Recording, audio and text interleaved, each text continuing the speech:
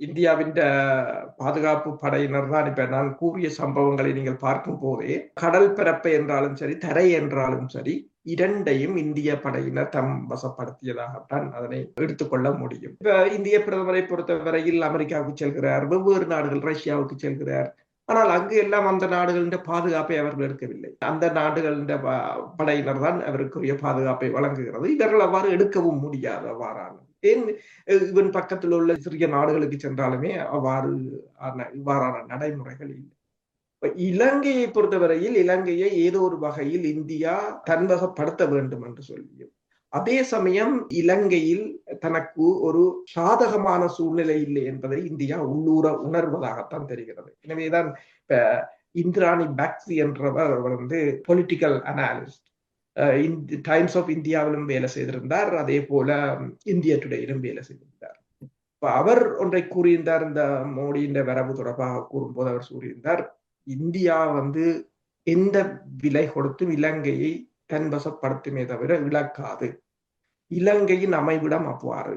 இலங்கை இந்து சமுத்திர பிராந்தியத்தில் தான் இருக்கின்றது. இந்து சமுத்திர பிராந்தியத்திலிருந்து இலங்கையை தூக்கி கொண்டு போய் நாங்கள் வேறு எங்கேயாவது வைக்க முடியாது. இந்தியாவின் எல்லைக்குள் தான் இலங்கை இருக்கின்றது. அம்பாந்தோட்டை துறைமுகத்தை இந்தியா இழந்தது மிகப்பெரிய ஒரு பின்னடைவு.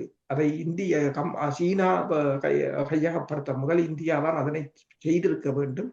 இந்தியா அதில் தவறழைத்து விட்டது. அதே போலதான் கவுடர் துறைமுகம் பாகிஸ்தான் 1950களில் பாகிஸ்தான் அப்போது இந்தியாவிடம் கேட்ட போது இந்தியா அதனை ஏற்க மறுத்ததும், இப்போது அது சீனா வசம் இருப்பதும் இந்தியாவுக்கு வருத்தமானது என்று கூறுகிறார். அப்ப அவர் கூறுவதன் போது ஒன்று கூறுகிறார், தெளிவாக ஒன்றை கூறுகிறார், இந்த விலை கொடுத்தாவது இந்தியா இலங்கையை விட்டுக் கொடுக்க முன்வராதுன்றதை கூறுகிறார். அடுத்தது இந்தியா விட்ட தவறுகளையும் அவர் கூறுகிறார். அம்பாந்தோட்டையில் ஹவுடார் துறைமுகத்திலிருந்து அம்பாந்தோட்டை வரையிலும் இந்தியாவின் வெளிவார கொள்கையின் தோல்வியோ அல்லது அவ்வாறுதான் நாங்கள் கூற முடியும், அல்லது படைத்துறையான தோல்வியோ என்றது பார்க்கலாம். அதில் இந்தியா அதனை இழக்க முடியாது என்று கூறியிருக்கிறார். நீங்கள் சொன்னது போல தற்போது இந்திய பிரதமர் வந்த போது கூட இந்த உடன்பாடுகளை ஏதோ ஒரு இப்ப இந்திய ஊடகங்களை நீங்கள் பார்த்தீர்கள் என்று சொன்னால், இந்த பாதுகாப்பு உடன்பாடுகள் எல்லாம் ஏதோ பெரியசாக சாதித்து விட்டது போல காட்டுகிறார்கள்.